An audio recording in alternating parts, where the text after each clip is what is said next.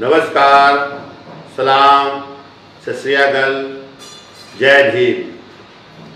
साथियों, आज किसान आंदोलन करीब 96 डेज हो गया है और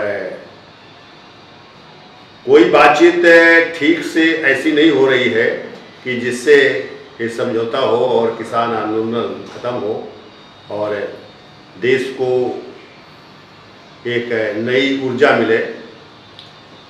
आज सरकार तो जो लक्ष्य बनाया है कि ये बिल लागू करके रहेंगे, तो उनका तो सीधा एक आधार कहा जाता है या उनकी एक मंशा है कि जो पेशवा राज में हुआ था कि जो पीछे झाड़ू और आगे बढ़िया का जो कंसेप्ट था, जो उन्होंने अध्यादेश जारी किया था, उसे तमाम लोगों ने, वहाँ के महार समाज के नेतृत्व ने बहुत कई बार कहा कि इसे वापस ले लो, अन्यथा युद्ध होगा, लेकिन नहीं माने। तो वही हाल आज भी है।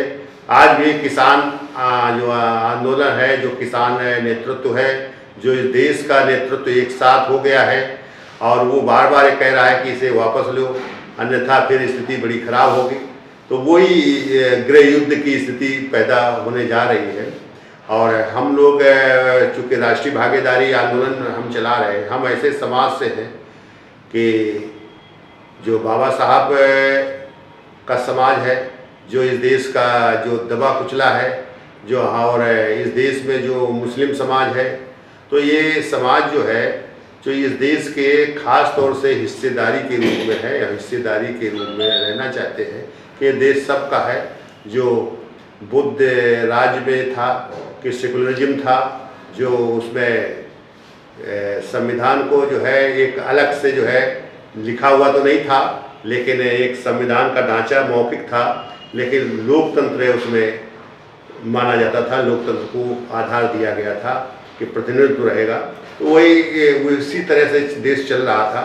लेकिन आज स्थितियाँ इतनी नाजुक हो गई हैं, ऐसा लगता है जैसे कहीं से कोई बहुत बड़ा माफिया आके और कोई बहुत बड़ा गुंडा आकर देश पर कब्जा कर ले और कि अपनी मनमानी ढंग से चलावे, अपनी मनमानी ढंग से ही चले और वो किसी नेतृत्व का या लोकतंत्र को ख्याल में न रखे, उसे स्वीकार न करें। तो फिर इसका तो यही है तरीका कि अब यहाँ के लोगों का नए सिरे से एक युद्ध की स्थिति बनती है। तो अब इस युद्ध की स्थिति को रोका जाना चाहिए। अगर माननीय मोदी जी ये देश को बड़ा देश बनाना चाहते हैं, मजबूत देश बनाना चाहते हैं, सबको सुखमय ज़िंदगी बिताना चाहते हैं, देना चाहते हैं, तो फिर ये अड़ियल रवैये से हटें और इस बिल को वापस करें और देश को सही रूप से लेके चलने का करें। तो ये देश सबका है, तो सबके अधिकार है, आडंबर नहीं चलेगा, एक दूसरे के खिलाफ जो उनको भेदभाव के राजनीति नहीं चलेगी। गुलाम की स्थिति जो बनाना चाहते हैं, तो गुलाम अब कोई नहीं रहना चाहता है और गुलाम अब कोई ना रहना चाहता है ना गुलाम होगा। वो अपने जोखिम स्थिति को भले बर्दाश्त कर ले, उन घटनाओं को भले बर्दाश्त कर ले जो मौत की घटनाएं कर दी जाती हैं। जैसे कि आज किसान जो आंदोलन चल रहा है, वो मौत से नहीं डर रहा है, वो आपके गोली बारूद से नहीं डर रहा है। इसकी सेना लगाओ या कुछ भी लगाओ, लेकिन वो आंदोलन करेंगे क्योंकि अब उनकी स्वाभिमान पर मामला आ गया है। अब देश को खतरे से बचाने के लिए उनका मामला आ गया है, इसलिए तो आज। लेकिन अब हम इन किसान नेताओं से या इस देश के तमाम नेतृत्व से जो समय समय पर अपने अपने अधिकारों के लिए नेतृत्व करते हैं, लेकिन उनके ये जब 14 से जो सरकार आई है, तब से उनकी कोई ऐसी बात नहीं मानी गई है। जैसे पहले पूरे देश में नागरिकता पर जो है जो आंदोलन हुआ और आंदोलन होके रह गया, उसकी कोई बातचीत नहीं हुई, कोई उस समस्या का समाधान नहीं हुआ।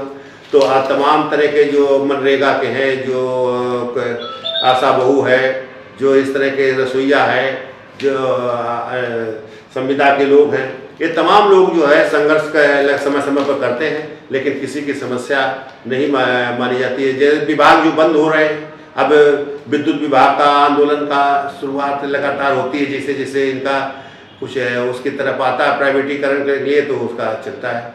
तो इस तरह से अभी इन्होंने रेलवे को जो है प्राइवेटीकरण कर दिया। तो ये नेता भी जो है वो आंदोलन करते हैं तो अपने फायदे के लिए जो है चुप हो जाते हैं, उस आंदोलन को खत्म कर देते हैं। क्योंकि ये आंदोलन अब देश में जो बनना चाहिए कि देश के लोगों को उस विकृतियों के खिलाफ बनना चाहिए कि किसी भी कहीं भी स्थिति में विकृति लाई जा रही है तो उसके खिलाफ बनना चाहिए और हर व्यक्ति की समस्या को एक जगह लाना चाहिए, क्योंकि समस्या का समाधान जनशक्ति से होता है। और आज अगर ये सरकार में, केंद्र सरकार में ना होते, बड़े बहुमत से न होते तो ये सब ना कर पाते, लेकिन अब तो सरकार में वो हैं, अब तो उनके पास पावर है और आज तो यहाँ तक स्थिति पैदा कर दिया है उन लोगों ने कि आगे चुनाव होगा कि नहीं होगा ये भी ऐसी स्थिति आ रही है। तो अब बड़ी लोगों को इस बात को समझना होगा और इस पर बड़ी चिंता का विषय है, चिंतित होना पड़ेगा। और ऐसे देश में पूरे एक ऐसा माहौल पैदा होना चाहिए कि लोग एक दूसरे के साथ जुड़ के खड़े हों और वो जब देश सबका है तो सबकी भागीदारी हो और सबका नेतृत्व हो और सबका जो संघर्ष में भागीदारी बने, तभी यह देश सही हो सकता है। क्योंकि वो रूप अलग अलग हो सकते हैं। आज ऐसा कि नेटवर्किंग सिस्टम से, मैन पावर नेटवर्किंग सिस्टम से पूरे देश में जो है जुड़े तो पूरा देश एक साथ खड़ा हो और तभी जो है यह देश ठीक हो सकता है। और देश में ठीक करने के लिए हर व्यक्ति की आवाज़, जो संविधान को मानने वाले हैं, जो संविधान को लागू करना चाहते हैं, उनकी एक आवाज़ बने, वो एक तरफ आवे। जो संविधान विरोधी है उनको एक तरफ हो। तो फिर अगर वो संविधान विरोधी वाले संविधान को नहीं मान रहे हैं, संविधान के आधार पर नहीं चल रहे हैं, लोकतंत्र को इस देश में नहीं मान रहे हैं, तो फिर उसके लिए जो है और आगे बातचीत होगी। उसके लिए अगर वो बिल्कुल नहीं मानते हैं तो पागल खाना है, जेल है और नस्ते नाबूद की स्थिति है या देश को छोड़ के जाने की स्थिति है, ऐसी पैदा करना होगा। और ये तभी आप कर सकते हो जब इस देश की राजसत्ता में आपकी हिस्सेदारी होगी। जब राजसत्ता में आप पहुंचेंगे तभी ये सब कानून को लागू कर सकते हैं, तभी आप सुरक्षित हो सकते हैं, तभी यह देश सुरक्षित हो सकता है, तभी आप जो है अपने स्वाभिमान को सुरक्षित कर सकते हैं। अगर वास्तव में आप स्वाभिमान के साथ जीवन जीना चाहते हो, आप स्वतंत्रता, आपकी स्वतंत्रता तब तक रहे जब तक के दूसरे की स्वतंत्रता को बाधित ना करे। तो ये अगर प्रक्रिया बनाना है तो आज तो हमारी स्वतंत्रता बाधित लगा जगह जगह पर हो रही है, हर क्षण हो रही स्वतंत्रता बाधित।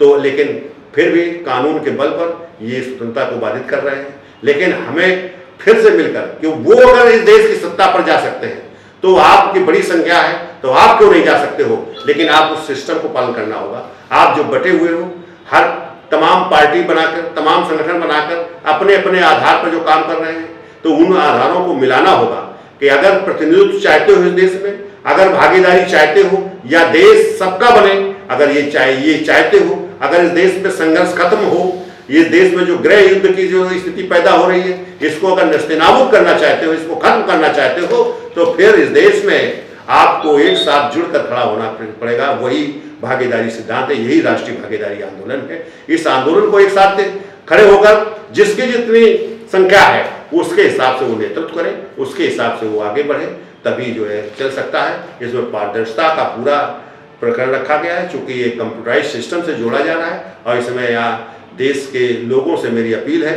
कि आप लोग जुड़िए और आप जोड़िए लोगों को। आप जितना जोड़ेंगे तो आपको उसमें उसी हिसाब से इस देश के उन सामाजिक और राजनीतिक पदों पर जाएंगे और इस देश को जो है एक नई रास्ता देने का काम करेंगे। और दूसरी बात ये है कि आपको साथ जो आर्थिक प्रॉब्लम आती है, आज पूरे देश में देखा जा रहा है, जो समाज न्याय से चलना चाहता है तो वो जो राजनीतिक है या सामाजिक कार्य है तो उनको नहीं कर पाता है, क्योंकि आर्थिक प्रॉब्लम है उनके पास। तो इसके लिए एक सिस्टम बनाया गया है, इसी सिस्टम के अंदर वो सिस्टम है। तो आपको अपना परिवार चलाने के लिए या संगठन को चलाने के लिए उसमें आर्थिक की पूर्ति होगी और कभी अर्थ की कमी नहीं आएगी, क्योंकि सिस्टम इस तरह का है कि यह देश को मजबूत करना है। तो जब लोग इसमें जुड़ेंगे, जितनी मैन पावर होगी उतनी इसकी अर्थ की व्यवस्था बनेगी और वो लोगों के सबको आगे चलाने के लिए कारगर होगी। तो संगठन भी चलेगा, देश के लोगों का भी चलाया जाएगा। इसमें व्यापार का भी सिस्टम बनाया गया है कि व्यापार ना करते हुए भी व्यापार अपने आप से सिस्टम के तहत होगा। और वो मैन पावर जो नेटवर्किंग है, जो नेटवर्किंग सिस्टम से आजकल व्यापार कर रहे हैं, तो ये मैन पावर नेटवर्किंग सिस्टम से व्यापार किया जाएगा और वो आसानी से कार्य होगा। ये मेरा आज कहना है और ये मेरी अपील है लोगों से कि आप लोग राष्ट्रीय भागीदारी आंदोलन के सदस्य बनिए और इसमें नेतृत्व करिए। आपको नेतृत्व भी करना है और इस देश में 2 साल के अंदर यदि आप इसको अपने अपने अधिकारों को स्वीकार कर लेते हो, अपने अधिकारों को अगर लेने के लिए तैयार होते हो और उसके सिस्टम को अगर समझ जाते हो, तो फिर ये 2 साल के अंदर एक ऐसी स्थिति पैदा होगी कि आप ये तमाम जो स्टेटों के जो चुनाव होंगे उसमें फिर आपकी सरकारें बनेगी। वो पार्टियां फिर उसी तरह के काम करेंगी जो सेकुलर पार्टियां हैं, ये फिर लोग उनके साथ जाएंगे और ये जो समुदाय है, जो शक्ति है, ये उन्हीं का साथ देगा जो इनके संविधान के तहत चलने का, इनके अधिकारों के लिए जो कार्य करेंगे नेता और पार्टी, तो उन्हीं के साथ ये लोग खड़े होंगे। ये ताकत बड़ी बड़ी बन जाएगी। फिर वो ताकत विकृत मानसिकता की ताकत छोटी हो जाएगी, तो फिर इस देश में विकृत मानसिकता का अंत होगा और समान सामाजिक व्यवस्था का उदय होगा। मैं अपनी बात को इसी जगह रोकता हूँ कि साथियों जल्दी आगे बढ़ें। धन्यवाद साथियों। जय भीम, जय भारत।